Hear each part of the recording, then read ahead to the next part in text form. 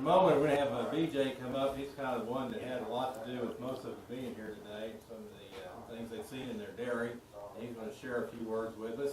And then we have Robert Kane today that actually had the opportunity to work with the guy that first started this, Dr. Murray.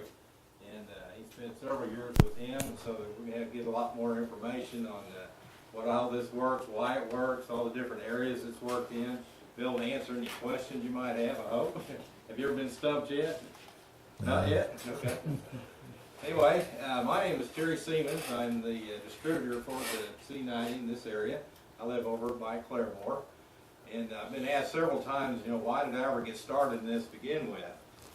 I don't make my living at farming, but I started studying human health. And it doesn't take long to figure out that old saying that says you are what you eat is pretty true.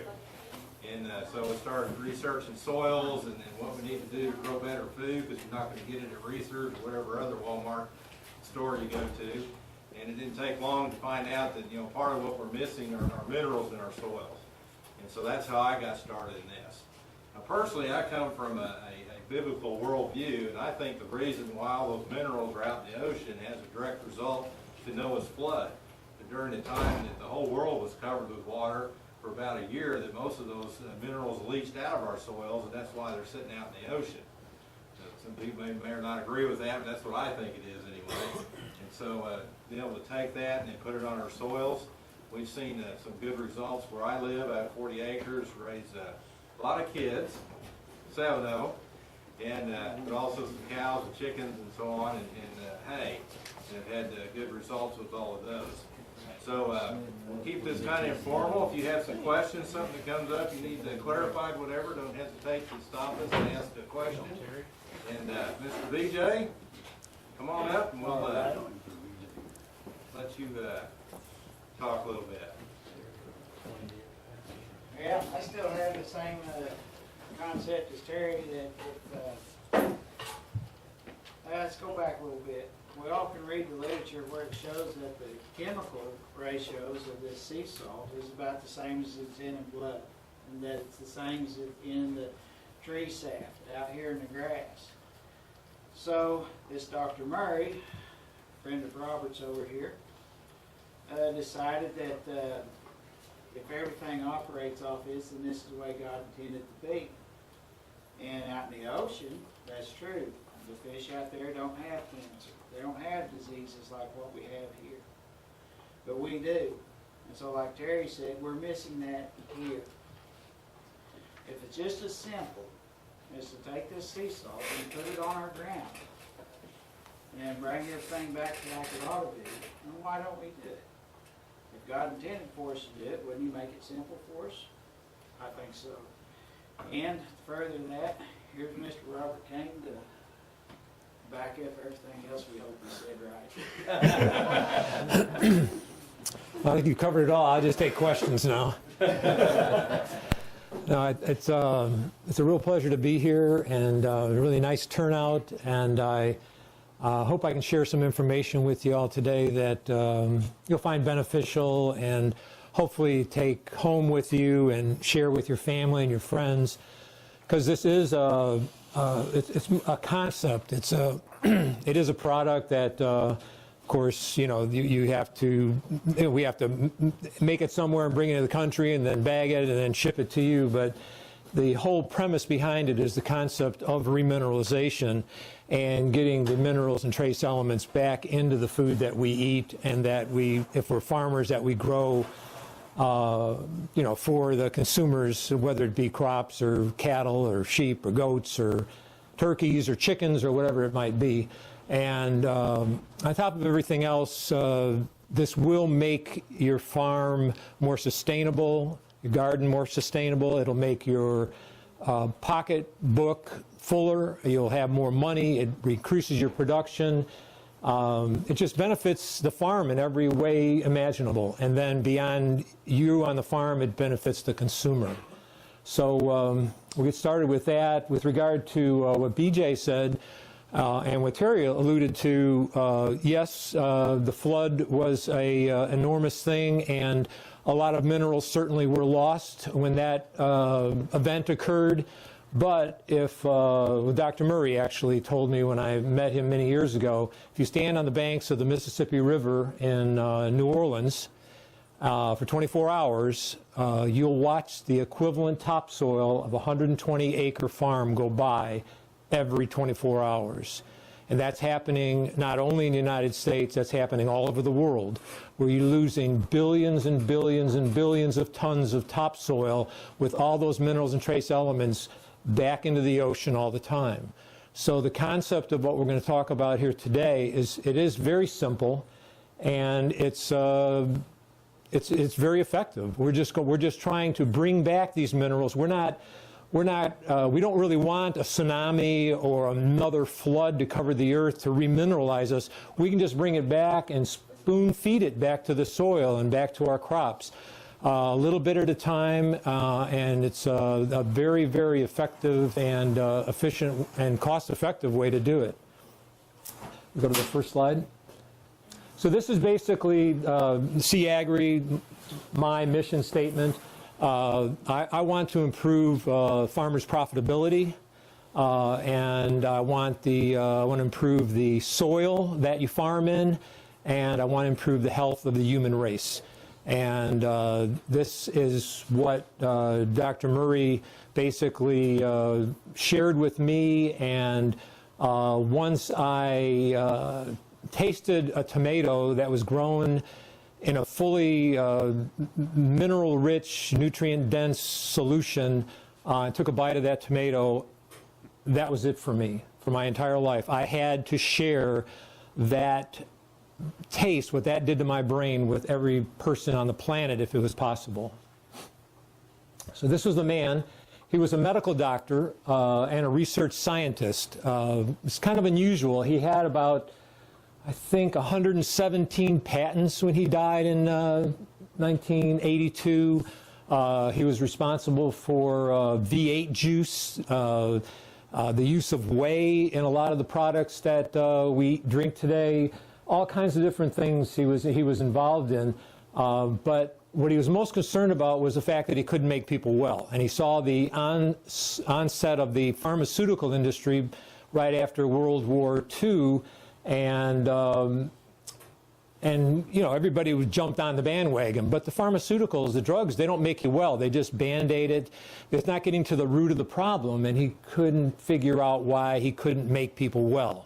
So what he basically did was he went all over the globe with spending his own money, and he studied different populations of people where folks lived to be over 100 years old. There was a population in India called the Hunzas in the Himalayas, and he went and studied them. And then down in South America, some, you know, at the time in the 1940s, there were still areas where there were primitive people that weren't really affected by you know, the growth of the world and society.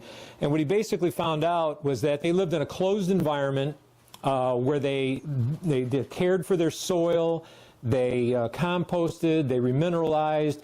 In the case of the Hunzas, they were drinking water that was from a glacier that was fully mineralized. And so he kind of put it together that it had to have something to do with the food that we were eating. And his next step, someone had told him that sea life was never had cancer, never had any of the degenerative diseases that affect us on land.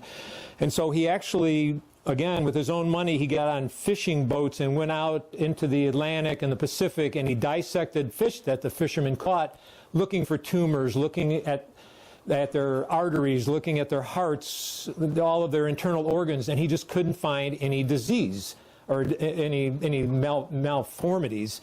And so somehow he extrapolated the two things, and then he looked at an analysis of seawater, which basically had 92 elements. And he thought maybe that was the key, that these elements were what was missing from our soil. And of course, then what grew from that was his technology of sea energy agriculture that I'm involved in and we're going to talk about today. But one of the interesting things that happened when I restarted this technology, Dr. Murray died in 1982, and he patented this technology. So basically he and his family were waiting for ConAgra or Cargill or somebody to come in and pay him millions for the licensing rights, because they knew that this was something that could be just tremendous. Well, basically his premise, phones, that's not me. Oh, yeah, if everybody could turn their phones off, I'll be reaching for it every time. We're all tied to them. Where was I? Basically, he had it patented, and the patents didn't expire until 1997. And so through that patenting process and nobody being interested, and the reason that nobody was really, these big companies weren't interested, this is very interesting. He basically proved through his research that he could put out, and this is going to really shock you, 1,100 pounds per acre of these sea solids in year 1, 550 in year 2, 550 in year 3. Nothing died, everything flourished, everything just did exactly what he hoped it would do. But then you didn't have to make another application for 5 years. You would take a soil test at the end of that 3rd year and measure the sodium and the lithium. And then at the end of another 5 years, you would measure sodium and lithium and only add back what was necessary to reestablish that perfection that occurred at the end of that 3rd application, and 2,200 pounds per acre being applied. So you can imagine this had absolutely zero interest to the fertilizer industry, because they want you to buy every year and keep doing it and have you, basically with them for life. So nobody ever did anything with it. The patents expired. And he wouldn't allow me to do anything with it either. So I basically just kind of went on to another life. And then in 2000, the light went back off in my head. I investigated it. Nobody had done anything with this technology except for one company down in Florida that was selling seawater. And I made a couple of phone calls. One of them was to Charles Walters, who was the founder of Acres USA magazine, which some of you may be familiar with. And I asked him what he thought. If it was the agriculture ready for sea solids in the year 2000? And he's like, well, I'm writing a book right now, Fertility from the Ocean Deep, and I think this is absolutely a perfect time for you to do this. So I went back to Mexico, to the place where we were getting the sea solids in the late 1970s, and the doors just opened, one after the other. All I had to do was walk through and shake hands. Within 48 hours, everything was set up, and the next year I was shipping the sea solids back in the United States. So it was not only meant to happen from your perspective, but it was meant to happen from a higher perspective, I think. It was just meant to be that this is something that is just important to the human race, and it's necessary. So that was kind of my stepping point into why I'm here today and what I've been doing here now for the last 13, 14 years. Basically, he asked those questions. Why was God's most perfect creation falling, prey to degenerative disease? Why, as a medical doctor, couldn't he cure his patients? And what is missing from human blood chemistry? And one of the things that's interesting is that human blood chemistry, as BJ, I think, alluded to earlier, is almost identical to seawater. I mean, believe it or not, like everybody, I start talking to a group of people about salt, and they're like, oh, salt, oh, no, that's horrible. You're not going to have me put salt on my fields, you're not going to do this. But once you get the concept that salt is an absolutely essential element, and chloride is an essential element, you start to kind of grasp how this whole thing maybe goes together, how the God meant for us to grow these crops and for them to be fully mineralized, and then for us to eat them and us to get our food, minerals that way. And it all kind of starts to make sense. If you don't get hung up on the salt and the Roman salt in Carthage, that's the biggest obstacle that I've had to overcome since we started this program, back in the 1970s. It's interesting, too, because when I first got involved with this project with Dr. Murray, I, at the same time, got involved with an organization called the Educational Concerns and Health Organization. Did you? Oh, you counted. Okay, I'm sorry. Basically, it was funded through the United Methodist Church, and we were doing work in Haiti with hydroponics at the time. And the first groups that I had to go to and talk about using sea salts or seawater in agriculture were all church groups, and I was trying to get them to donate money to our foundation in order to fund this work in Haiti. And the salt question, just I had to deal with it from the very beginning. So I never get stumped on the salt question. That's just something that I've been asked so many times, and it's just what we're selling is not salt. It's not salt. It's not salt as anybody thinks about salt. Salt is 97% sodium chloride. C90 is 72% sodium chloride. It's a completely different substance. So that is just something that to clarify immediately, so you get into this thing without any roadblocks as to accepting what we're talking about here. You have the next one. This is Dr. Murray really didn't have this data when he was working. I think he knew it intuitively, but this was actually discovered by, I think, some students at the University of Michigan. They were digging back through some USDA literature, and they found the data from 1940, and then this is the first column here. And they basically found that they saw what the, I'm sorry, I got that backwards. They tested, they found data of these elements in 1940. And then they decided that they would go and do a similar test for these elements in 1991 and compare the differences. And these were just vegetables and fruits off of the grocery store shelf. So between 1940 and 1991, these were the depreciations that they saw in those major elements. And now we're in 2016.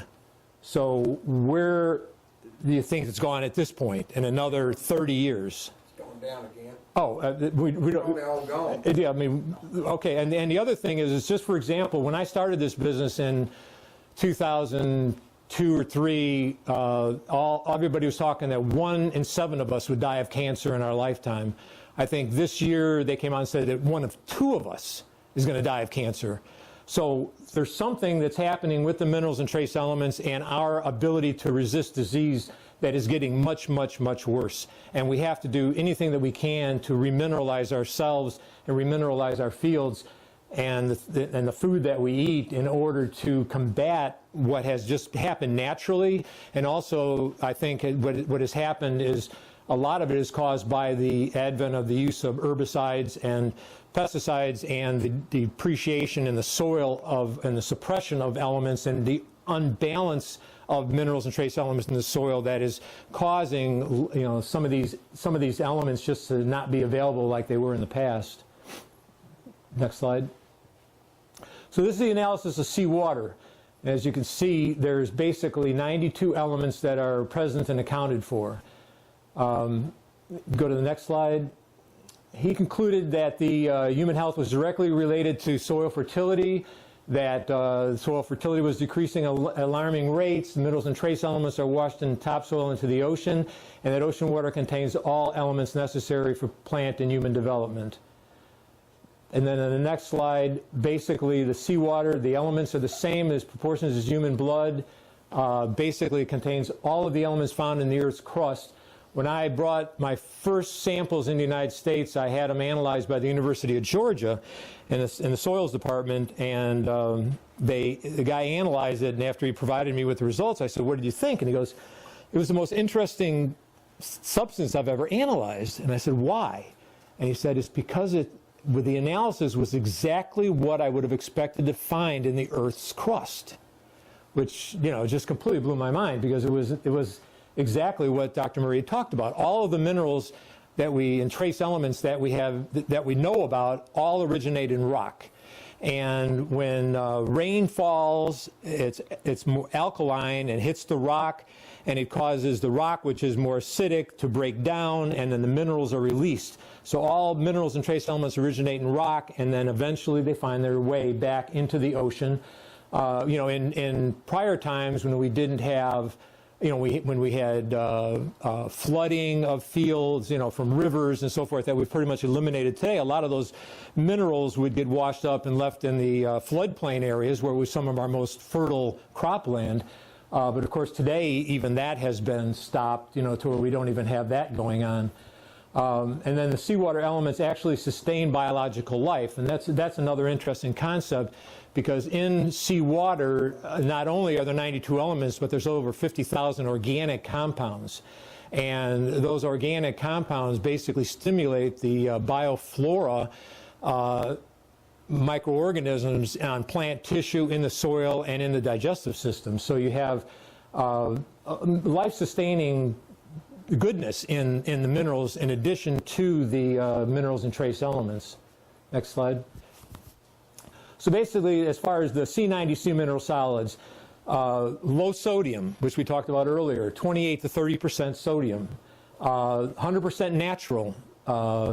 It's created annually. Actually, we probably create it about 3 times a year from seawater in these types of retention ponds down in Baja, Mexico. It's solar dehydrated. We don't use it. The sun does it all. This area is one of the hottest, driest places on Earth. And it's over 120 degrees there from probably April until October, every day, and maybe cools off at night to 110.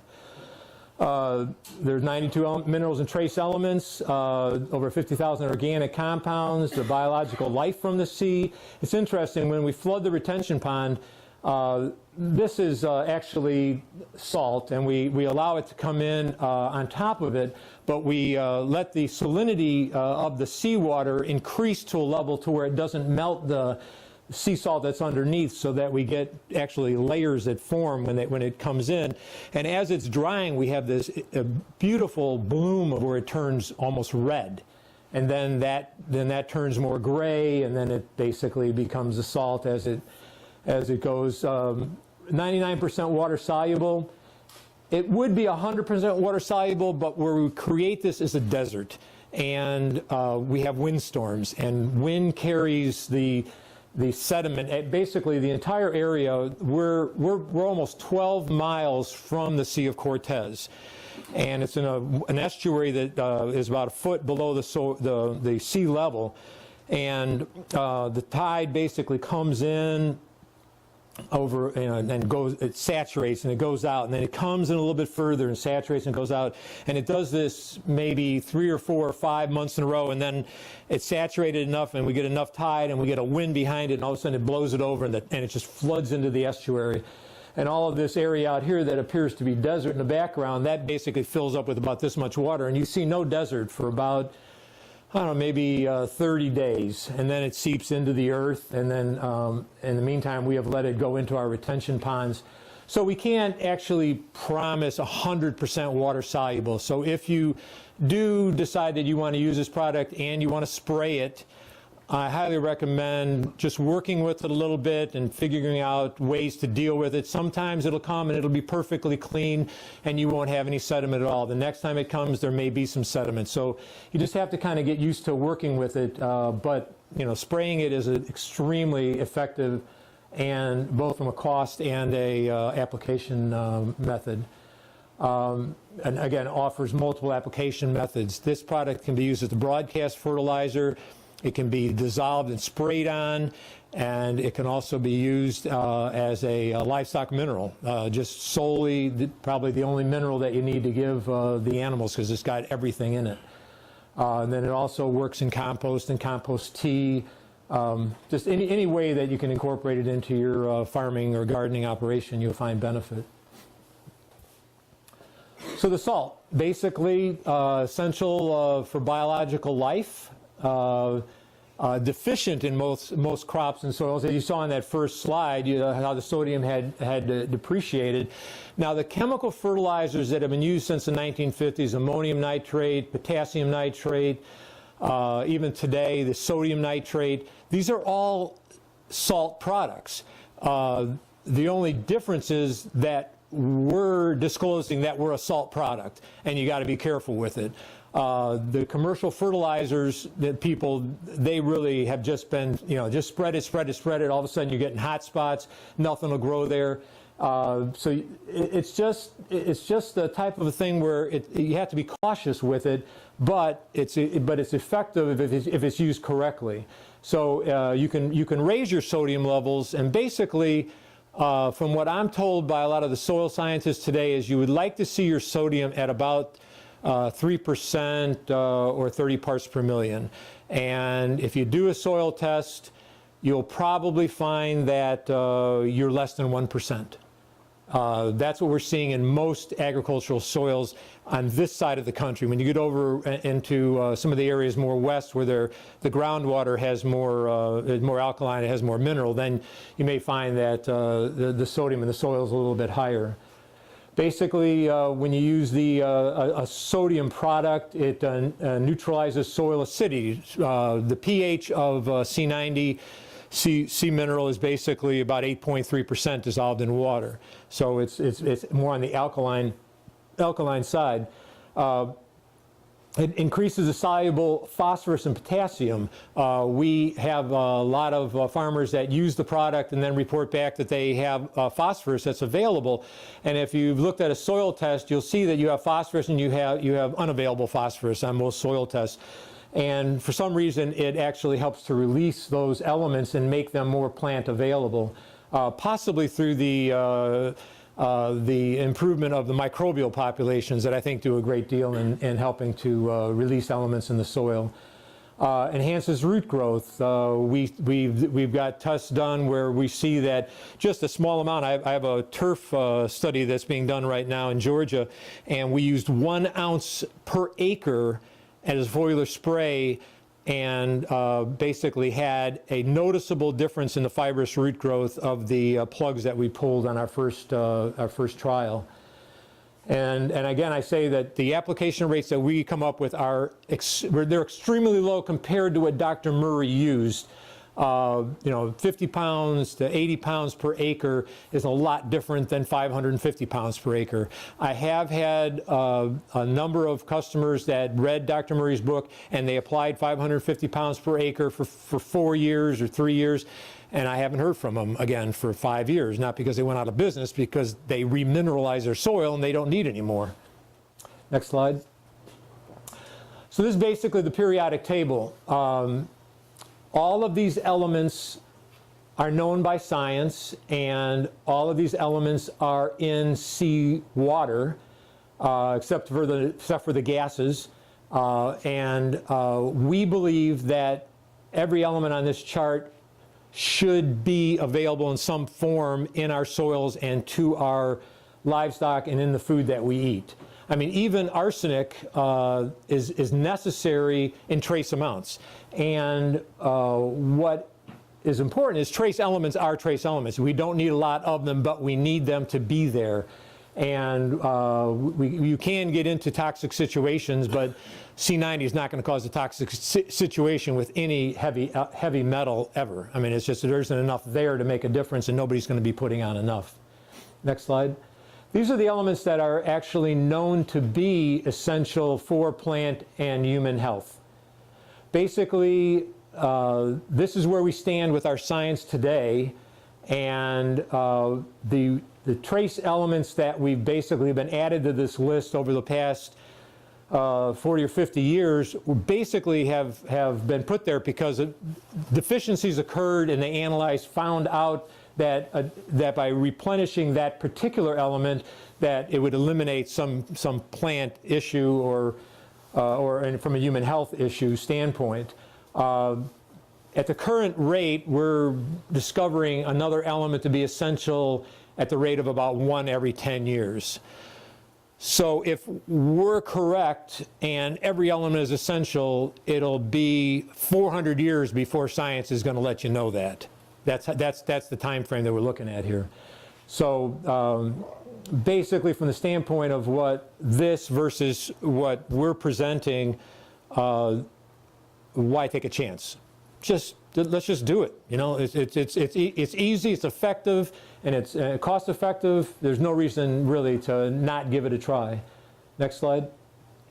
So again, the elements in seawater. This is what we're putting back with C90 into into the equation for fertility, mineral, into human health.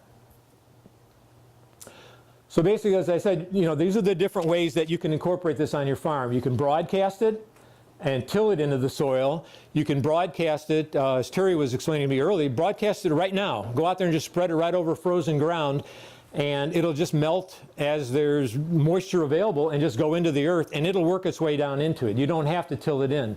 We've got enough farmers that are using it in no till situations and having really good results to know that.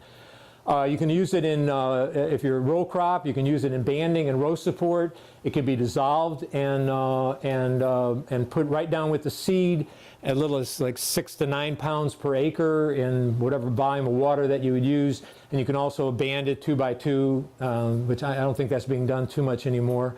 We dissolve and apply it through drip irrigation and pivot system. I've got alfalfa growers that are putting it out through their pivot. And you know how much water goes out with a pivot, thousands of gallons. They're putting out 5 pounds per acre and seeing improvements in their alfalfa crops, both in protein and also in production. We can use it in foliar sprays, dissolve it and spray it on all crops, vegetables, small fruits, everything, and hay and pasture. Can be dissolved and used in hydroponic nutrient solutions, or plants, even 1 teaspoon per gallon. You can water plants with it. Offer it free choice or in the ration to all livestock. We've started now dissolving it into water that the livestock eat with tremendous results. And then we use it in compost and compost tea. Is there anybody here that does compost tea? Compost tea, we just had a study come back, and with as little as 11 grams in 5 gallons of water, we doubled the bacteria concentration in 24 hours versus a control that didn't have the C90 in it, the same exact formula. So that just shows what it does to the biological life in a compost tea or in your soil or wherever you may be using it. A couple slides back, you kept showing, but I couldn't read it. Little bitty print. Is that the periodic table? That's the periodic table was the chart. Yeah. That is actually a table that was put together by Scripps. All that other stuff that I couldn't read. It was all the elements that are present. Basically, the periodic table minus the gases, because every element that's in the ocean is in a salt form or a metal form, and on the periodic table there are the gases, hydrogen, oxygen, those types of things that wouldn't be present. I think there's actually 119 elements now in the periodic table. More than 92. Yeah, exactly. So this is basically for your soil application in the garden. I recommend 1 pound per 100 square feet.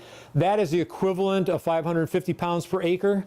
I have done that in my garden soil for 10 years, and I've never gotten the sodium level above 3%. So with the rainfall that we have in Georgia, sodium is the most water soluble of all the elements, and chloride. So therefore, it's one of the most difficult elements to hold in the soil, and part of the reason why most of our agricultural soils today are so deficient in sodium is because it's all basically precipitated out. So that's that, and I recommend that because that's the food that you're eating. So get it on the garden at that concentration rate and check your sodium levels. If they start to go above 3%, you can stop, but get them up at least to 3%, and then you'll know that you're getting every one of those 92 elements in food you eat. Tomatoes will give you 60 elements, I think, if they're all available. So I mean, you can really start replenishing your health and your bodies and all if you get that into the actual food that you're eating, and also improve the flavor of everything in your garden too. You'll have best tasting tomatoes that you remember. Pasture and field crops, basically in row crops, 50 to 100 pounds per acre is what everybody's using, and we get varying reports. Some double their production, some get the same production. You always get an increase in protein. You always get an increase in relative feed quality. In soybeans and corn, you definitely see an increase in production. There's no question of that. In in banding and row crops, 50 pounds per acre, and then in liquid row support, 6, some go as high as 9 pounds per acre in the furrow. So the impact is basically the growth of microorganisms and earthworm activity. That's one of the first things you'll notice. I had a farmer, I think in Nebraska, he was organic, but he had corn ground, and he was one of the guys that actually put out 550 pounds per acre on everything. He had read Dr. Murray's book, and he spread the mineral on his worst corn ground, and that fall he went out and he looked at the ground, and where he had spread the C90, he could actually reach down and pick the soil up, and it was pliable in his hands, and he saw earthworm castings, and the areas where he hadn't spread it, he couldn't even break the ground. And he, basically he was sold. He just bought another truckload and put it on the other field, and like I say, I haven't heard from him in about 5 years, but that basically is what you see. I had a guy growing soybeans in Missouri, and the ag extension agent came out, and he said where he had applied I think he'd applied about 250 pounds per acre, said that he'd never seen as many beneficial insects in his entire career in one field of soybeans. He was doing organically too. He wasn't spraying anything that would have killed him. It builds the humus in the soil structure. It increases the nutrient and moisture holding capacity. That, I believe, is again with the microorganism and earthworm activity. Everything starts to improve with the soil structure. It counters the effects of soil acidity, makes it more alkaline, and it helps to reduce soil erosion. With the foliar applications, again, 98 to 99% water soluble. For home or garden, a teaspoon per gallon of water sprayed on bi-weekly. With grains, fruits, and vegetables, we recommend 3.5 pounds per acre per application, and that can be done about every 7 to 10 days. Alfalfa, pasture, and turf grass, everybody's using 5 pounds per acre, applied at green up and after each cutting, or a lot of our grass-fed beef, they use paddocks, and they move the cows out, and then they go back behind it and spray it a second time. You can make a broadcast application of 50 to 100 pounds per acre one time, or you can do foliar applications and maybe make 4 or 5. So what I say, or 3 to 5, what I say is, what's your equipment? Do you have the ability to broadcast? So many farmers I talked to today, they basically don't have anything to broadcast with anymore. But they have a sprayer because they've been spraying herbicides and pesticides, so you can use that sprayer. Some don't have a sprayer, they have a broadcaster. It really just depends. It's all good, whatever works the best. I think we're so far behind the curve right now that applying some to the soil and foliar feeding is probably the best way to go to try to get up to where we need to be the quickest. But you have your choices as to which you can do. Foliar, basically, you can apply it for less than $5 an acre. From a broadcast standpoint, it really depends upon the quantity that you buy, but it's probably about the same as commercial fertilizer. And on pastures and hay and alfalfa, a lot of the growers that we're working with have just stopped using commercial fertilizer, and all they're using now is C90. So I know they're saving money on their fertilizer cost. Sir, with the broadcast application versus the foliar on a garden, if you do the broadcast, do you have to do the multiple applications like with foliar? I recommend it because it like you say, you're trying to catch up, and and basically with any broadcast application, I don't care what it is, C90 may be a little bit different because it's 100% available in an isotonic form. You're going to get with normal fertilizer, you're going to get 10%. Mm-hmm. So of utilization of the elements. With C90, you might get 50%. Okay, so making some foliar applications probably wouldn't be a bad thing to do. It's not going to hurt anything if you have time. I mean, I take a Miracle Grow hose end sprayer, and I just fill that thing up with the sea minerals, and then I just turn the water on and just spray everything. Okay. And nothing gets burnt. Everything looks beautiful. You know, so you know I do that. How often? I personally do it about once a month on my garden, but you know, I mean, you could do it every week if you wanted to. It just, you know, it's not going to hurt anything. That spray application that way works pretty good for you, just mixing them in and Yeah, absolutely. that'd be easy. Yeah, I've never had, you know, the only farmers that, the only large farmers that, you know, have 500-gallon tanks and boom sprayers with sensitive nozzle tips are the ones that really have a problem. If it's a pasture situation, you got a cluster nozzle, a flood nozzle, it just blows it right through. There's never any problems really. A backpack sprayer works really well for that, because you can go around and spray Yeah. your garden, and then you can go in and spray your trees, especially Right. if you collect your leaves, so then you're building up the minerals in your tree leaves. So a backpack sprayer, and also if you're doing on a big sprayer, just an old pillowcase works a great thing. Yeah. I mean, it's nothing like you have to go buy something special if you think that it's not mixing in well. Is get a 5-gallon bucket, put your water in, put your salt in your thing, and then pour that in. It's still very high concentration into your sprayer, Mm-hmm. and that works well as well. So, and I think sometimes we've had a little bit of, what did you say, Terry? Just a little bit of debris, and most of the time not.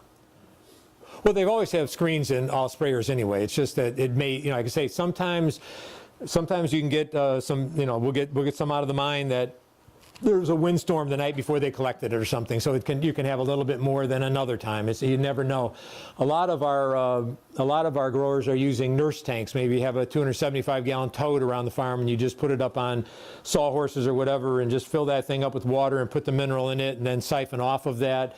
And it's all pre-dissolved. The sediment always falls to the bottom. That's the beauty of ocean water is if it sets for 24 to 48 hours, it becomes crystal clear. All that sediment will settle to the bottom of the tank as long as you're not drawing off the bottom. And even if you are drawing off the bottom, if you just draw, you know, run it through something or just run it until it runs clear and then add it to your spray tank, you'll never have, you know, any problems at all. And do you have any customers that do use the big boom sprayer? Yeah. And is there ever any problem with those little ends? I know they corrode and things. Does this make it happen more so, or is it having Well, that? Well, actually, I would think that after spraying any product, you run water through it to clean it. That's the same thing you do with this, because I mean, everything is salt-based, so that's why you're running it through to clean it. This man doesn't. Yeah. I'm going into my 4th year spraying with 500 gallons, and it's you just learn how to do it, and it's not hard. And what I'll do is I'll put 200-gallon water in my sprayer, and I'll literally just pour the bag in. I don't sift or anything. I pour it in, and I'll put another 200-gallon, put another bag in, sift it in, and then I'll take my hose. When I'm putting that last 100 in, you know, with another half a bag, 500-gallon. And I'll just move around the bottom. And then I'll let it set overnight and then drive to the field with my spigot open. And when I get to the field, I'll pull my filter, close my spigot, pull my filter, open it, and I'll get one flush of mineral, about a handful. I'll close it, put it on, and I can spray the whole thing out. Nice. And then I'll go back, fill it, and wait till the evening and spray again. So I'm getting 50 acres a day with no problem in a 500-gallon nozzle sprayer. Yeah, and if you're using natural products, I mean, if you're using fish or anything that, you know, you've learned how to deal with some sediment, you have to go to a larger nozzle tip. I recommend the largest nozzle tip, and then pull the screens on the. I don't know. Have you done that? Have you pulled your screens on the? Yeah, I have no issue. The only screen I pull is a filter, but we do have an individual that has experienced problems with his pump, and it's an inexpensive pump. And it's got plastic rotation in the pump. And you need that metal, because even though you got that filter in the metal, a commercial pump's $350. I just bought one because I run into that problem. And then you don't have that issue.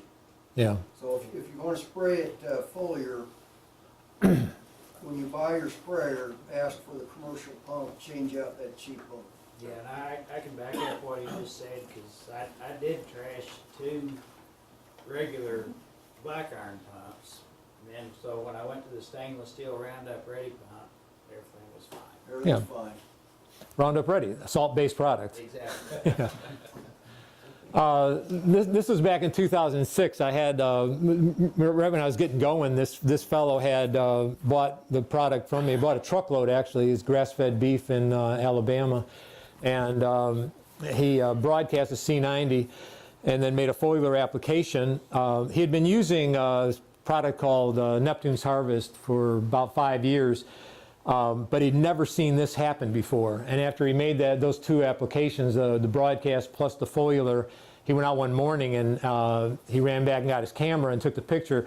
And there was a fence line, that kind of divided these 2 fields. So you can just, kind of see it. There's something really that's just marvelous about this. I mean, there was no difference they got the same rain, they got everything the same, but just the lush green color and the fullness of the grass and all is just amazing. We got started with Rutgers back in 2009. They were doing field tomatoes, and they applied the material through a drip system. This was the one thing that came out of it that was really impressive to them, was that the fruit was ready to harvest 10 days earlier, and that's something that is pretty much indicative across the board. When you get this into your program, whatever it is that you're growing, and it doesn't matter if it's livestock or it's vegetables or tree fruits or whatever. I think what happens is when the plants have access to all these minerals and trace elements, I was explaining to Terry earlier, they basically can reach their full genetic potential. And they're not fighting off disease and insects. So they're not expending a lot of their energy in ways that they are doing it today. So all of our data as far as days to harvest is based upon a broken system.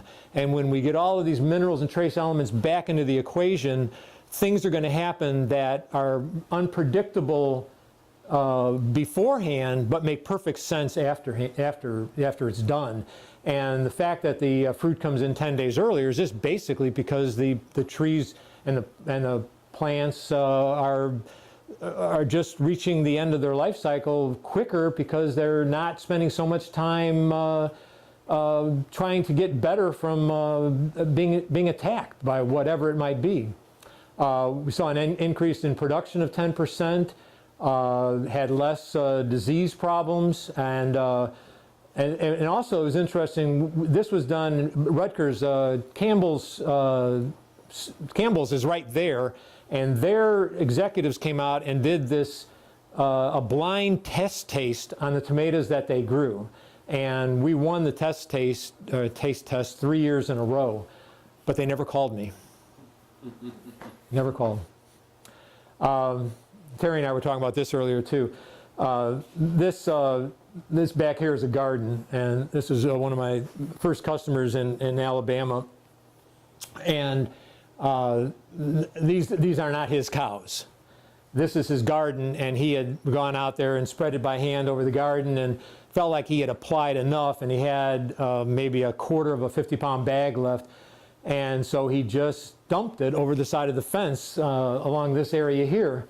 And 2 days later, these cows broke the fence down. There was neighbors' cows. They broke the fence down somewhere down this road this way, marched up the road, and came up here. And he saw them when they got there, and they went to it, and he said that they just ate the entire area bare of grass, but they ate in order of dominance. Like the oldest cows went in first. I mean, he said he just watched the whole thing happen. It was he'd never seen anything quite like it. But that is his neighbor's cows on the other side of their fence had broken down a fence, smelled this. I mean, they didn't see him do it. they just somehow picked up the goodness of this from a distance and came to eat this grass. Don't give that to any smugglers. Yeah. I will say, our pasture, when we first sprayed it, first time, the deer from all of the neighborhood decided to come visit because they knew what was good stuff and what wasn't. Oh, absolutely, yeah. And you'll see the deer populations get really, they get really beautiful. The racks get big and When you're eating your garden. not your garden, no. You got to keep them out of the garden. But in pasture situations, a lot of our customers are telling us that they're seeing some amazing bucks now and things that they hadn't seen before. After about 3 years of having this out in their pastures and so forth. Same pictures in? Just the one that's. Yeah. This was just a close up of the cows eating. Yeah. This is some livestock, some calves, and if you're in the cow-calf business and you bring in, calves, you don't actually, aren't actually producing them on your property. A lot of times when they show up, they're stressed, they don't look good. That is the time to really get this stuff out for them because it'll get them started, get them jump started really quick. These guys gained 3 pounds per day in the first month with the mineral and no grain. They did have the C90 enriched hay, and they had the free choice mineral. The hay is interesting. I mean, I think Terry is raising the hay, but there's a lot of interest in hay. Are you selling it? No. We are feeding it. You're feeding. Milk's about 75, 80 head. And so I told her when we're feeding this stuff, I said, we'll just have to look, see if there's a difference in the tank. And so she marked it down. And of course they take a sample of the milk every time they pick it up, which is every 2 days. And immediately the fat and the protein in the milk went up dramatically. And the bad numbers, such as somatic cell, which would indicate herd health, just dropped off. Right. So, and we've been trying to achieve this since '77. We've tried everything known, and then we just do this hay trick right here, and we get it. Mm-hmm. So, what else there's to say? Yeah, right. Well, it's the way that it was intended. They should get it through the hay. I mean, the only reason we give mineral is because the ground is so poor that they're eating the hay from. Like in the southeast and in the east, most of the pasture that we use is just burned out crop ground, and a lot of it cotton, which is probably the hardest on the earth that there could possibly be. So I mean, what kind of grass could possibly be growing there that these cows are eating? Type of thing. But a couple of stories. I had some guys in Ohio that were converting to organic, so they got started with the C90 and they were using it for alfalfa, I think, production, hay production, and they had a lady who came and she bought maybe 10 or 20 bales for her horses, and then they didn't see her again for maybe 3 months, and then she came back and she said that she had to get more hay. That horses would not eat the hay that she had in stock for them. She said that she had run out of the C90 hay and she had taken the other hay and thrown it out, and they had gone over to it and basically stood on it and peed on it and looked at her and like, this is bedding, we want real hay now. So horses, I think, are really smart animals. That was a cute story. And the other thing is, like, with regard to the hay, I had a fellow from Missouri that was with us about 3 years, and he was on the hay and he was giving it as a mineral. And he called me to reorder, and it's the only time I really get to really chat with anyone. And I said, well, what can you tell me? Why are you reordering? What's good? And he goes, my cows aren't starving anymore. And I go, what do you mean? What does that mean? And he says, well, before I had your mineral to put in the hay and out for them, in the wintertime, I'd throw a bale of hay out and they would run over to it and they would just devour it and then stand there and cry and moo at me. And he goes, now I pick a bale of hay and I throw it out there in the barnyard, and they lay there and chew their cud, and then they get up and they walk over and they eat through it a little bit, and then they go back and they lay down and they chew their cud. He said, I'd never seen that before in my lifetime. And it's just because the hay is so nutrient dense that they're getting everything that they need. And it just makes an enormous difference. This DJ, I'm sure you've seen this before. All this information, we do have a website, SeaAgri.com, and all this information is pretty much there and in more detail. But I met Don Cordes at a convention in northern Michigan back probably in 2004 maybe or 5. And he immediately, after he heard me talk, he immediately bought a truckload. And he brought it in, and then over the subsequent years, he bought maybe 6 truckloads. And he started spreading it on his fields and giving it to, he had one of these smorgasbord type of a setups. Do you have that where you have like different minerals that they can eat? They go each one, all different things that they can test. Anyway, he had that set up. Yeah, they're just buckets. Yeah, so he put the C90 in and, you know, got it going in them that way. And after about 3 years, I talked to him again, and these were the figures that he gave me. That his butter fat basically had gone up 2%. The protein in the milk had gained 1%. The milk solids had gone up significantly. But the open cows, he had no open cows, and this is something that we're seeing everywhere. I mean, I'm having reports. You know, once you get with this program, you will be at 100% the cows that are pregnant. You won't have any open cows anymore if you've had that problem. I had a dairyman with 2 guys in Pennsylvania, and one of them, he was with us for about. He'd called me and I talked to him, and then he called me back to reorder, and I asked him why he was reordering, and he said that his cows look great, and you know, he saw somatic cell counts drop and all that. But he said the most impressive thing was his son was a dairy fertility expert, and had come to visit him and had been in the barn and said that he'd never seen the cows in as strong of a estrus cycle ever. He'd never seen whatever that meant, and that impressed his father quite a bit.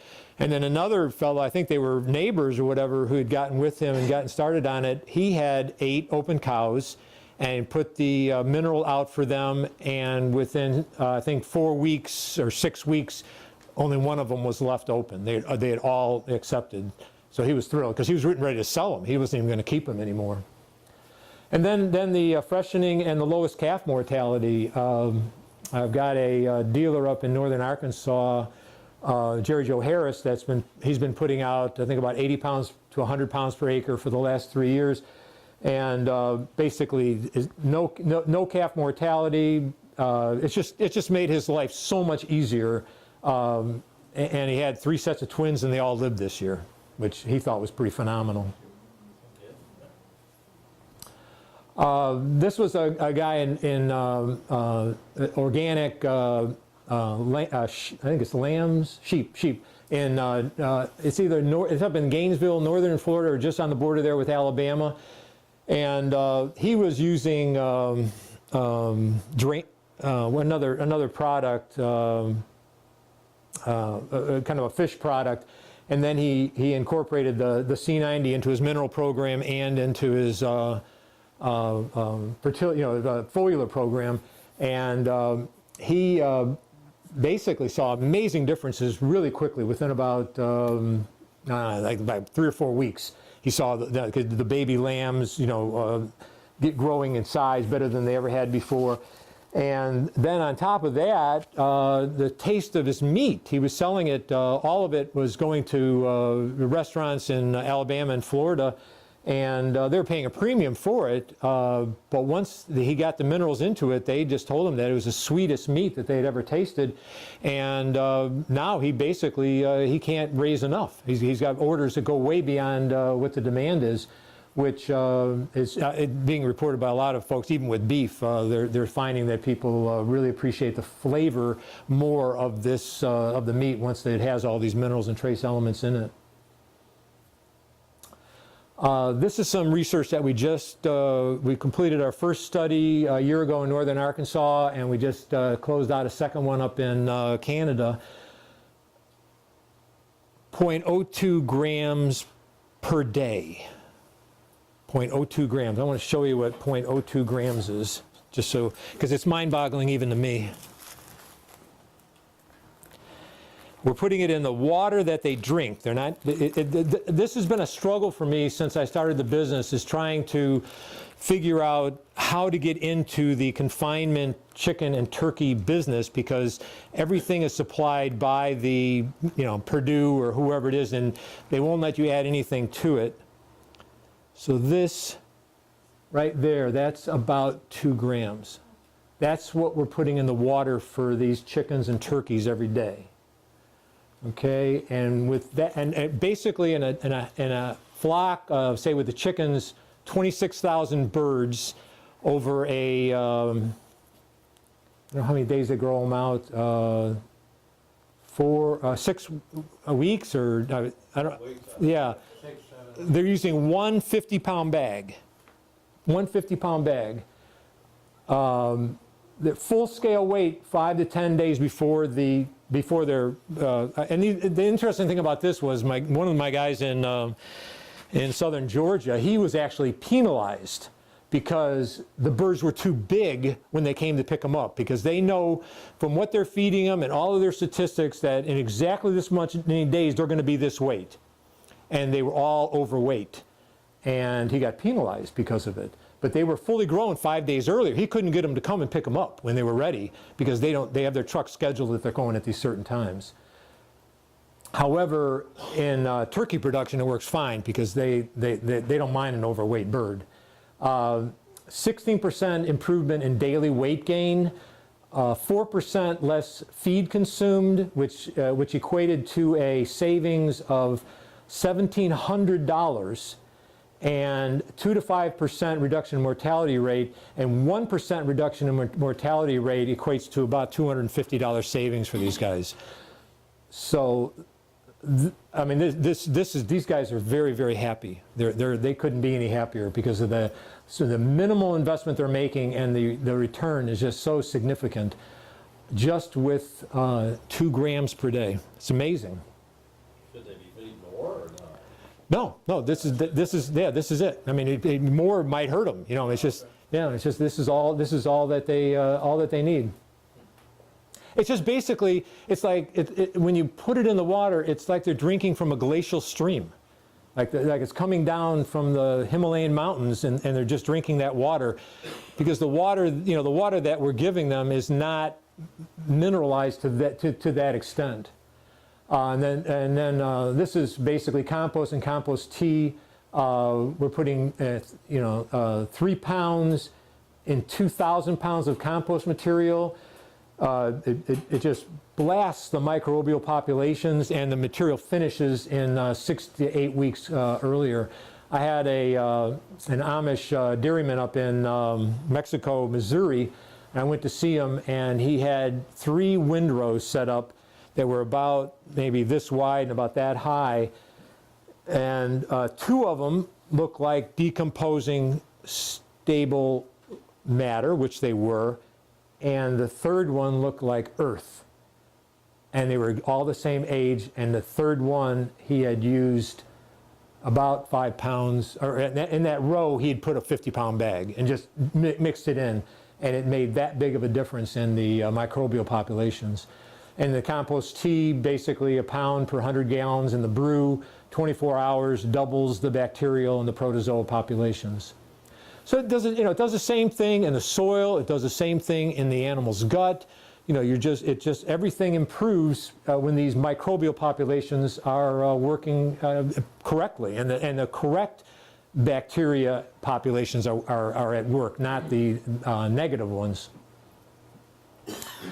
So from a standpoint of what you'll see, increased profits, you'll have greater yields, the produce that you grow will have a longer shelf life, the hay that you grow will have a longer shelf life, you'll have improved taste and product demand. I really believe that it may be time to start advertising our hay and milk and produce as C mineral or C90 enriched, and asking a little bit more for it, because it is different and it is better, and if someone does the research, they will pay more for it. You're going to have healthy and more productive animals, and you're going to decrease your pesticide and fungicide use.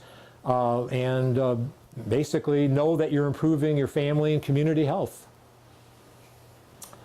That's the basics behind it. One other thing that I'll share with you is about, it must have been 10 years ago. I had a phone call from a fellow in Indiana, and he had read Dr. Murray's book, SeaAgri Agriculture, and it just made perfect sense to him. He just couldn't say enough about how much sense it made to him. And we had a nice long conversation. He wasn't a farmer. I think he was a gardener, just in an agricultural community. And about 2 weeks later, he called me up. And he said, I got something I got to tell you. This is just so bizarre. You're not going to believe this. There's an old man that lives in my village. He's probably 80. And this is in mid-state Indiana. He rides his bike 9 months out of the year. And I've never seen him sick. And I grabbed him the other day in the coffee shop and I asked him what his secret was. And he told me that he goes to Florida every year and he goes fishing. And when he's out in the Atlantic, he gets gallons of seawater and brings them home.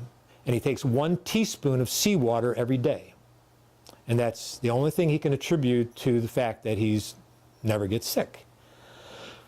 It just went in one ear and out the other on me.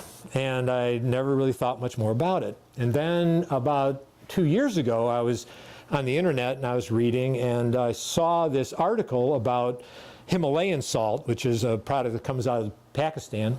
And they were talking about a product that they call Soleil, S-O-L-E, or S-O-L-A-Y.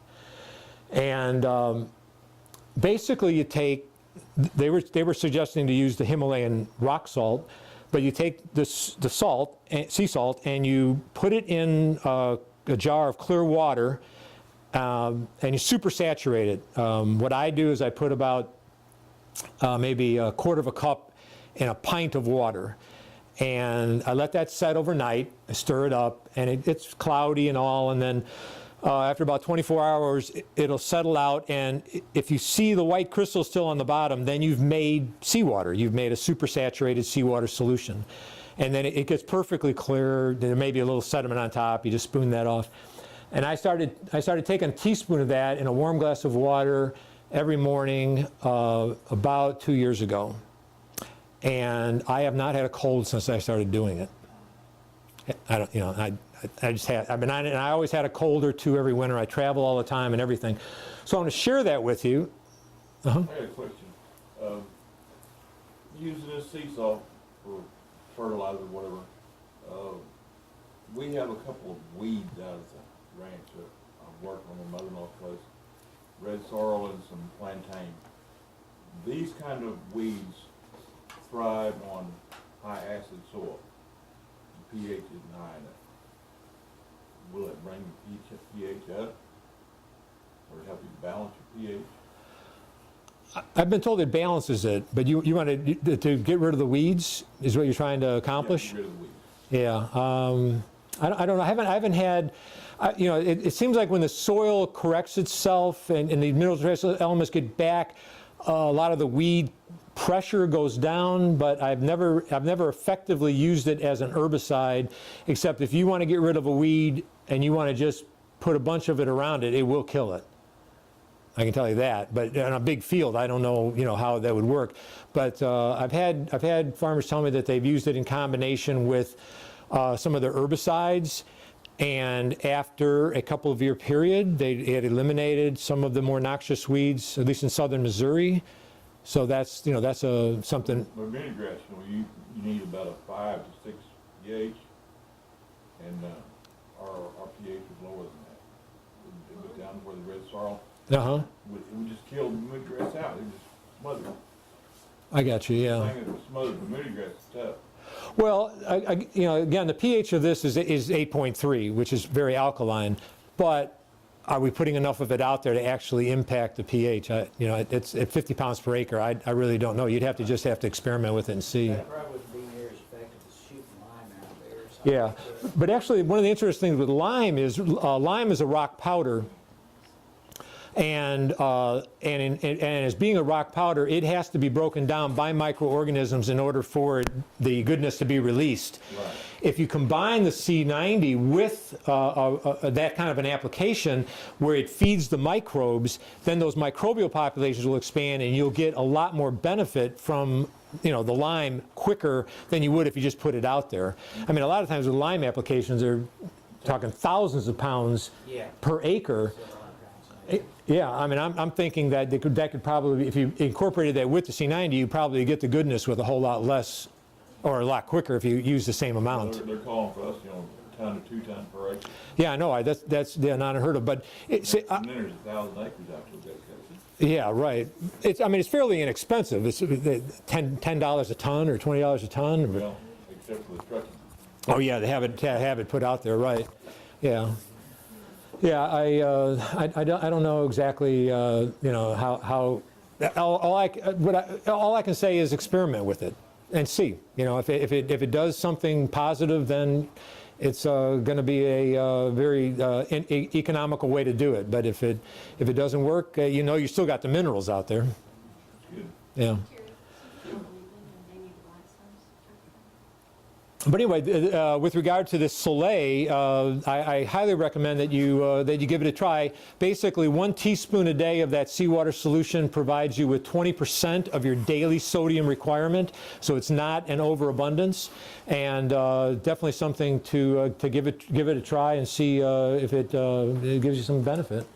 Yeah, interrupt you just for a moment. I want you to keep asking questions, but my appreciation for y'all coming here, I want each of you to take one of these with you today. Would you go? This would be for your salt on your table. You can tell them more about it. Right. Yeah. Well, yeah. This is basically the similar to what we have for the agricultural. It's run through a screening process so that it's a little cleaner and it's a common particle size. So that's wonderful that Terry is providing that for you. Use it in the cooking process rather than in the on the table. I think what I've been told is that when it's heated, the minerals and trace elements become more bioavailable in our guts. So that's just a thought of something you could try. I was just going to show you, these are salt and pepper grinders. This is a salt grinder, it's white on top, and it's a pepper grinder. And somebody was asking, are they different? The pepper grinder is just a little bit coarser, but you could use a pepper grinder and salt. And we like this because it's adjustable. It has from fine to a little bit coarser. And we use it a lot for cooking, but for just putting in a pot, you don't even need to grind it. Yeah. Right. You can just use the salt box, but just thought I'd bring these if you want to look at it. If you want to take some salt out, you just press the bottom. So I was going to pass it around. Where do you get those? These are sold OXO. You can order them online, or Target actually carries them, and possibly Walmart. I know that we just bought one for someone at a Target because I knew they were there. I don't know about Walmart because sometimes Walmart has things and sometimes they don't. Yeah, Robert, that book that I read said we just didn't get enough alkaline. That's what he was claiming, that we wasn't getting enough alkaline, Right. and that everybody says they take people off of salt when actually they need it.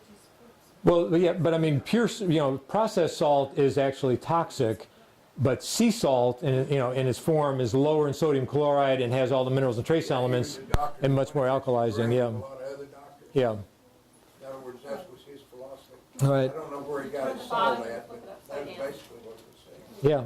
But I definitely highly recommend if you're using salt still today and you're cooking. Baja Gold is a great product, but any type of a sea salt, definitely convert over and make the change to something that's has more minerals and trace elements. I used that Morton sea salt for a while, but that's not what this is. No, Morton actually is produced on the other side of the Baja, about halfway down, but it's processed, it's washed, and when you wash it, you just wash away minerals and trace elements. Yeah, it doesn't make it as good. Actually, I had analyzed their salt to see if I could use it for this project, and basically it just didn't analyze well enough to do it. I guess, if you don't mind my asking, my main concern is I'm not a very big farmer, I'm just growing a garden. You talked about applying it to your garden for 10 years. Do you apply it every year for 10 years? Now, what is this I hear about these other applications where you only apply it for 3 years and wait 5? What's the difference? Possibly well, number one, I have a very porous soil and I have a lot of rainfall. That's probably the main thing. I mean, I do soil tests, you know, I mean, I would not recommend anybody use it in large quantities without doing soil testing because you don't want to get your sodium too It high. wouldn't be a very, very large quantity at all. Yeah. It's just a very relatively Yeah. small garden. Basically, what I do is I take a 10 by 10 area and take 1 pound and then attempt to cover that entire 100 square feet evenly. And you will not think it's possible that you're putting down enough that it's going to have any effect. That's how little it goes out over that area, and that's what I recommend. It doesn't hurt to do that year after year. It has not hurt it in my situation. Now, our difference here, I think, would be like less rainfall. Right. Yeah. Yeah. See, That'll make a difference. I would definitely, well, yeah, because the sodium is water soluble and washes through the soil. Okay. So if you're not getting the rainfall to wash it out, then you may not have to do it that much. And that's where the soil test comes in. Yeah, absolutely. I'm relatively new to the area. Where do you take the soil to be tested? Well, you can do it, and the university does it for you, but you have to ask them specifically if they will analyze for sodium, or you can do it on the internet, International Ag Labs. There's some places. I use Logan Labs. Logan Labs, huh? They're real easy to interpret the results. There's actually a couple of books to read up on how to interpret your own soils test, so you're not relying on someone else to tell you what to do. If you do it through Extension, OSU, they just do NPK. You have to ask for them to do a little bit more and a little bit more, and it ends up costing, in the long run, much more than the $20 at Logan Labs. I have my own soils test that I brought, grab it. But soil testing also, with a good lab, they'll get into some of the minors and trace elements too, more than just NPK, magnesium, you know, potassium. Potassium is one of them. Took the other copy ahead of this, but you can look at it. And these results are by Logan Labs, and it's $20, and it's a pretty easy thing to send back, and they'll, Now, where's Logan Labs? you know, you think I would know. But you know, it's just, one reason why I did it, there's 2 books out, one called Michael Estera, and another one by Steve Solomon. He's a big gardener guy, and he writes about how his health was bad when they were organic farmers because he wasn't getting the minerals, especially the trace minerals in his diet, and how he changed it. And his is probably a little bit more personal. He, matter of fact, used the information from Michael Estera. His book is advertised in Acres USA as well. But Logan Labs, I just did it online, and they have the results. Michael Estera will actually take your results from Logan Labs and do a $45 and tell you exactly what to put in it. Why sometimes you might need a little bit of help is like, let's say you have need of copper and zinc. Copper and zinc don't come with just copper and zinc. They come as copper sulfate or zinc sulfate. And so if you have sulfur, you need to balance all 3 different sulfurs. So, or manganese sulfate comes as well, so you need to balance that when you're doing that. But a soils test can be done through OSU. If you lived in Arkansas, they do a free one the first time, and it's almost identical to Logan Labs. Really? Which is really, really nice. OSU is not interested in changing. I've contacted them, and they have their way. And also, almost everything that comes out will be identical what you need in nitrogen. Nitrogen is very fluid, and while your nitrogen is there, the microbes essentially are what your plants eat. They fix it. It's just like in a cow's stomach. The microbes are actually what the cow gets its beef from, its muscle, and they don't actually digest everything. The microbes do it for you. So Yeah. it's amazing what microbes do. I was a microbiology major in college, so you're kind of wondering a little bit of background in that. Do they do hay testing as well? Logan Labs, I think they do, but I'm not for sure. I know Noble Foundation here in Oklahoma, they're down by Ada. They do hay testing. We've had hay tests before on our tests, on our hay. What's the name of it? Noble Foundation. Noble. And also the Curve Foundation, it's down by Poto. I don't know if they do it. They don't do testing, but they're a great resource in Oklahoma. Those are like 2 places that, you know, are looking at wanted to tell you, we have a friend that he bought hay from us and was really interested in our sea minerals, and he became a extension agent. He's still our friend, but he will not talk about sea minerals because it is not what supports OSU Foundation. There's not a fact sheet on it. No, there will not be a fact sheet on it. And I'm just saying is, he told us, he said, I'm not trying to do anything, I still love your product, but I cannot go out, because at one time, we thought he might be selling it down by Ada, and he had to change his tune, we became an agent.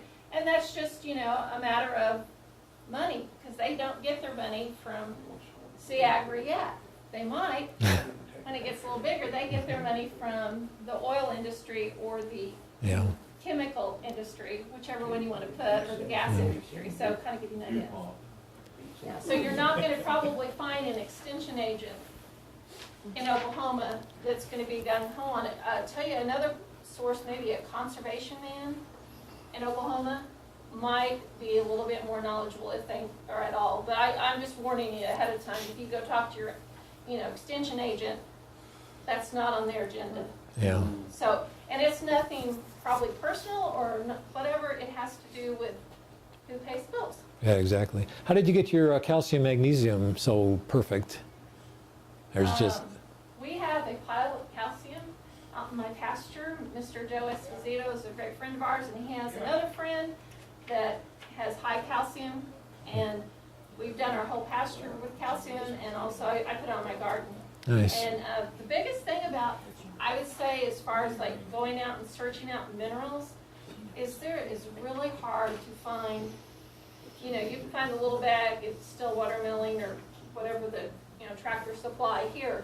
It's really hard to find large quantities of pure minerals that you need for your, I don't know how you would do it for a pasture. I know I looked into even just like molasses, and there's a company in the Port of Catoosa, and you're thinking, oh, great.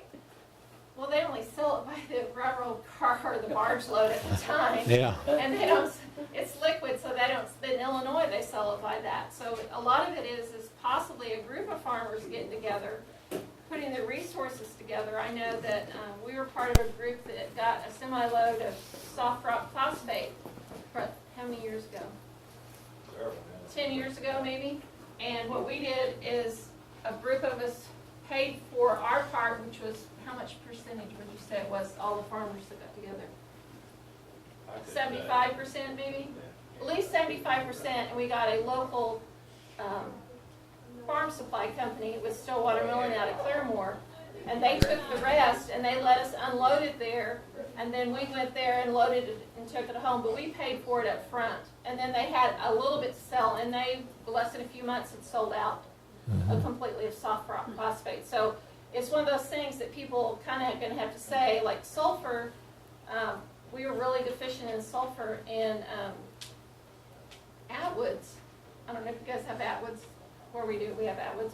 They had it, and I thought they always carried it. Well, then the next year I went to get some, and they didn't have any, even though they don't carry it all the time. They just happened to get in a semi-load. So it's kind of one of those things that you need to kind of watch if you're wanting to really get into balancing your soils. And it may not happen the first year.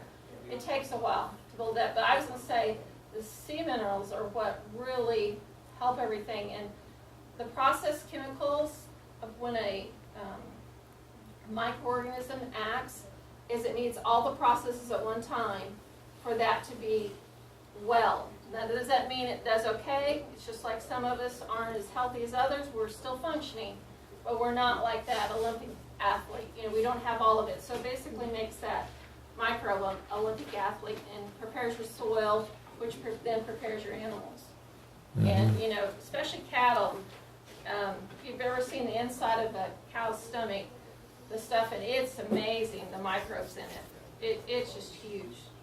We make a free-choice cattle mineral out there on the ranch where I work, and we sell some too, but phosphorus, calcium, all the things that go into our minerals. We also put a yeast in it for microbes, and we use Mississippi mud water, Mm-hmm. Right. which also has a living organism in it that they use to break their food down in their rumen. Yeah, you should put a little bit of the sea minerals in there too. I think it would take it to the next level. It, we got quite a few, feed blenders that have started to do that and seen really good results with it. I mean, again, it doesn't take much. The concept, is like with the chickens, 2 grams. And the guy in southern Georgia that was doing that, actually one of the first guys that did it, I said, do you think that's enough? He goes, well, I don't care if it's 2 grams or it's 10 grams. Once that goes into solution, there's 92 elements in that water. So, it's all there. It's just the concentration that you're getting. So we're just giving them a little bit, a lot. So it just depends on how you're introducing it, But, I think with the hogs and if you look on that application sheet there, on the table there, which got all the different applications on it, you're using 10 pounds per ton. And having just seeing the hogs get calmer, So I mean, it doesn't take much. Just a little bit in there makes an enormous difference. We use like 13% salt in our milk because we don't. I think cattle need as much salt as they will eat Yeah. if you let it. Well, you could. I mean, this would be more expensive, but it would provide so many more minerals and trace elements. You could eliminate that 13% with the sea minerals, and just have a much better product. 150-pound bag of that per ton. Yeah. Right. Replace 1 sack of salt with it. Yeah. Yes. Absolutely. C90. That maybe even half, maybe 25. If you're using 50 pounds of salt, put in 25 pounds of this will probably have the same effect per ton. Because so we're using 10 pounds. If you look at that right on here, right on there on that side there, it tells all the different mixtures for the feed. But it's we had with in Mississippi with catfish production. They started putting in 10 pounds per ton in the feed that they were putting in. They never used any salt at all in the catfish feed, and I mean they saw the fish were in the cooler season where they were mainly not doing much. They were beaching themselves to try to get to the feed. They were the meat production went up by 2 or 3%. I mean, just all kinds of things. And it's just such a small amount. It's like, is this even possible that this could have that effect? But it's just these trace elements are only necessary in trace amounts. Is it good for fruit trees and stuff like that as well? It'll if you have an older fruit tree. No, these would be new fruit. Oh, new fruit trees. Oh, absolutely. Yeah. Yeah, absolutely. No, but I mean, I always like with old trees, the permaculture crops like that, they are in the same spot for 50 years. Mm-hmm. When you put the C90 around them, they just change. I mean, they go back to like they were children again, because they've used up all that in the soil. But yeah, even with new fruit trees, just a small amount. I would put on a newly planted fruit tree, maybe maybe a half a pound around the whole tree, at where the drip line is, kind of, or on the outside. Yeah, and you could pretty much do that every year. Well, are there any other questions? There's one other question I have. Okay. I was speaking to my son, I was telling him about this seminar, and he said that there are other sea salt carriers or sellers. Yes. What makes the C90 better product than what they have? Well, we have an analysis. I actually, the other sources out there were my customers that decided that they wanted to be me. And so they broke off with me and wanted to start their own companies. And they found other sources of sea salt. And I questioned the quality, so I actually had an analysis done of their products, and they are an inferior product. Some cases they're underselling me, some cases they're significantly overselling me, price-wise. Yeah. But there's sea salt, but it's all in the analysis. This particular location, and I'm pointing up on the screen, the location where we harvest our material was discovered by Dr. Murray when he did his research, and he identified 3 places on the planet where it was in its perfect form. One was in the Baja, one was on the Horn of Africa, and one was in Malaysia. What's really special about the Baja, where we get ours from, is the fact that the San Andreas fault line broke that Baja away from the mainland of Mexico, so we have the geothermal vents that are pushing up rare earth elements into the sea. We have all of the topsoil from the western United States has been deposited in there, so all those minerals and trace elements. And then we have the Pacific Ocean, which pushes up way about 1,000 miles south of where we are, but it does, push some seawater up into it that way.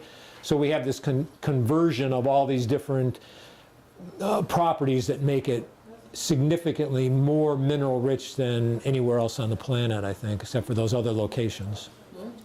And then we also don't wash our product. We take it out of the mine.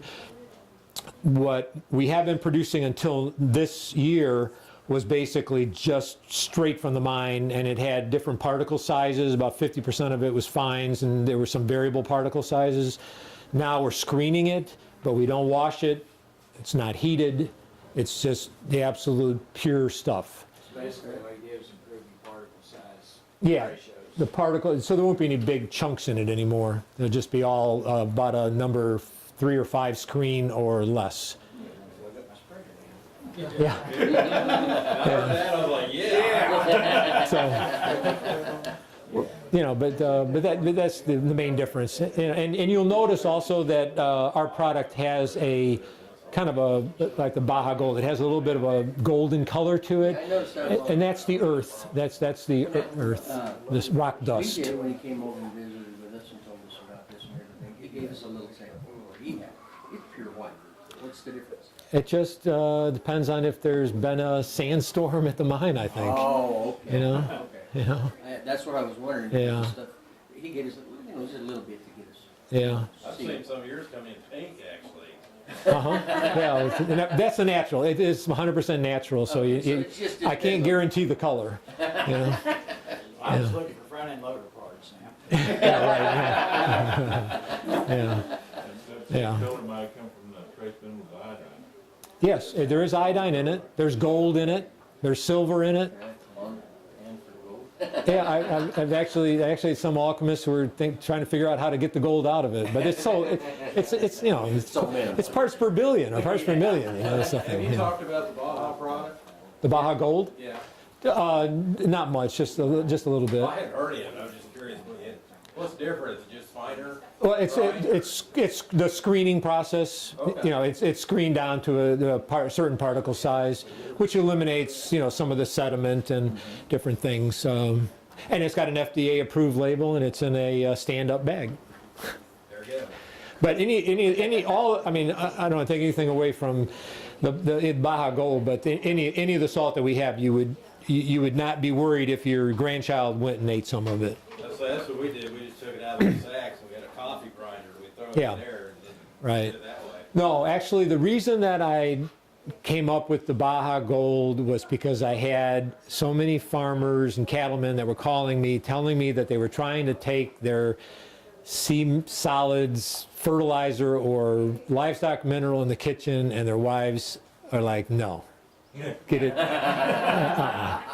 Please, they say, please come up with something that I can use in the kitchen and she'll use, So that's the reason I actually did it. I will say, when we started doing that and using the sea salt in our food, we didn't tell the kids about it, and they noticed.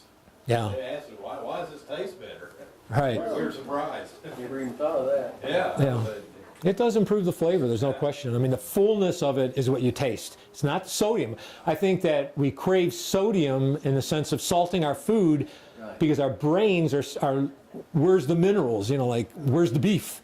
It's like we're trying to get the goodness out of it, and we're just using more and more and killing ourselves with this highly processed sodium chloride, trying to get some minerals that we desperately need. Well, similar to those calves.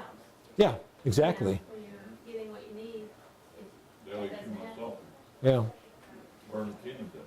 right. Exactly, yeah.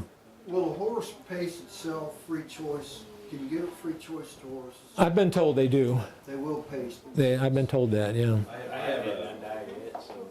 I have a fellow that's raised a show of quarter horses, and he got him to use some of this. He said when he first put it out there, they just ate them like candy, and after that, they just eat a little bit every day. Just free choice. Yeah. That's Yeah. what our mineral is we make our own ranch. Mhm. Until you get them up to a certain point, they'll eat a pound or two apiece a day. You think, man, these suckers are gonna break me. Yeah. And after about 2 weeks, then they drop back off to about 4 ounces a day. Now with the C90, they'll hit it hard initially, but they'll back off to 1 ounce or less per day. Because the thing about this is 100% mineral. There's no fillers in it. We don't do anything to fill the bag up to make it heavier. This is every ounce of that is 92 minerals and trace elements. So I think they just don't need as much of it once they get it built up in their system.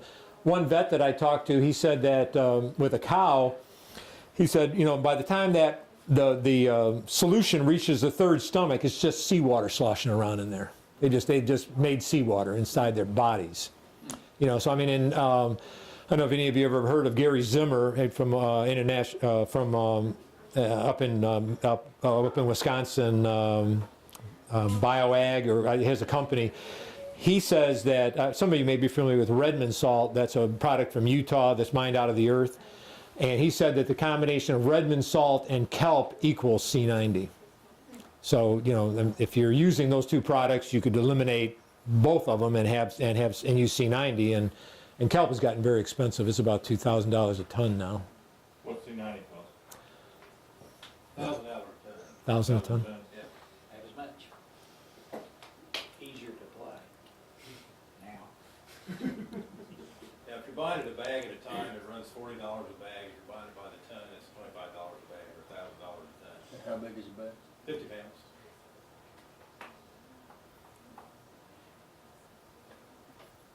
Well, is there any other questions or anything else? Just exactly how much can you put on pasture land or hay ground? Whatever your budget can bear. I mean, if you want to do it one time, you could put on 250 pounds.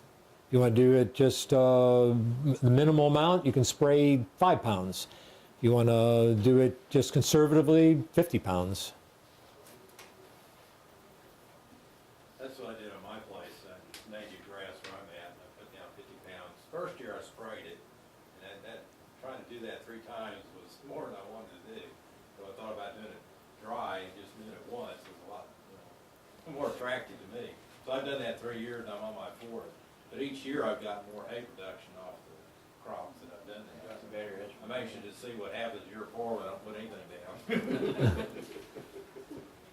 It'll sustain itself for a few years, I think. Yeah, I have a lot of grass growers that have stopped using commercial fertilizer. I would say that's all I put down. Yeah, and I don't know if there's a point where sometime in the future phosphorus is a limiting element. They may have to put some phosphorus out at some point in the future, potassium, I don't know, but they've gone 5 years or more now with nothing except C90 and are having great results. We're using chicken litter, so. Yeah, with chicken litter, yeah. So, yeah, if there's other products you're using, yeah, in combination. So you can use this with other purposes. Oh, absolutely. Yeah, we had in Arkansas we had a grass-fed beef operation, and he put out on one field he did fertilizer alone, I think triple 17.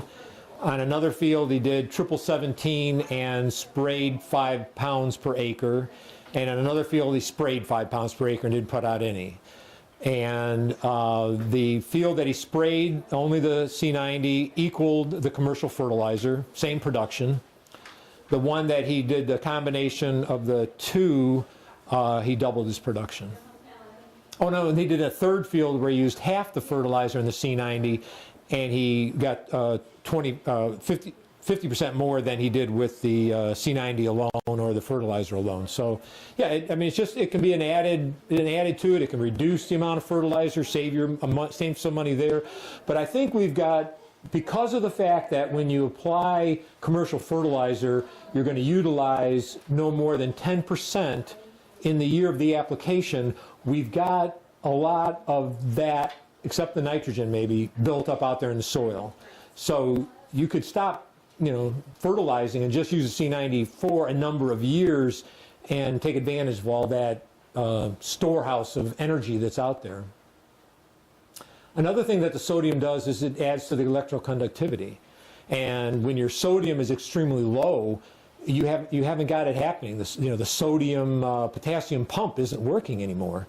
So when you get some sodium out there and some potassium chloride, which is in the C90, then you're charging your field like you're charging a light bulb. And everything responds. I mean, the microorganisms, everything just responds better when it gets that charge back in it. He's talking about $1,000 a ton. Does that include shipping? If you're close, he is delivering it for that price. Yeah. I don't, in this area, I know he's delivering it for that. Is anyone that's using it in a hydroponic setting here in Oklahoma?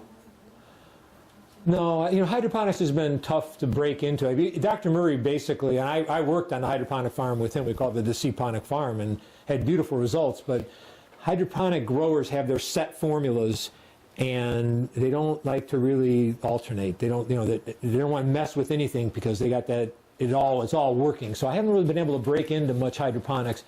I think that you're experimenting now or starting a hydroponic operation, right? I was just going to say, I know that there's a tomato growing place in Broken Arrow that has hydroponics, and they have exclusive kind of signed on with the University of Cornell, and they use the Cornell formula, and it's kind of one of those signature things, and that's why it's hard to break into because of the signature. Yeah. It's just kind of like Tyson chicken, they want it done a certain way, or, Right, yeah, that's pig tough. farm, whatever. So that's the reason why a lot of that happens. Yeah, and they don't have research areas set up. Now, the medical marijuana growers, yes, they're using it and having great results with it. And I was just saying, I have tomato transplants and some other transplants, and if you're going to use a foliar on that, definitely make it weaker when they're in the little transplant stage. Yeah. So, it's just like anything, when they're in that transplant stage, do not do full strength on transplant stage. And I just put it in a little sprayer that I actually can see through, and it dissolves really easily. Where can you get a copy of that doctor's book? Where can you get a copy of the doctor's book? I think, Terry, you have some copies of Dr. Murray's book, don't you? I brought some too. I just have one of my own. Oh, I brought two. I have one I can sell you. Yeah, it'd be really interesting for you to read. Thank you very much, All right, sir. happy Good gardening. information. Yes, hope you use it and have the best tasting tomatoes next year you've ever. I can't wait. Bring back memories of your childhood. This is the way it tasted my grandfather growing up. Definitely. Guys, if you want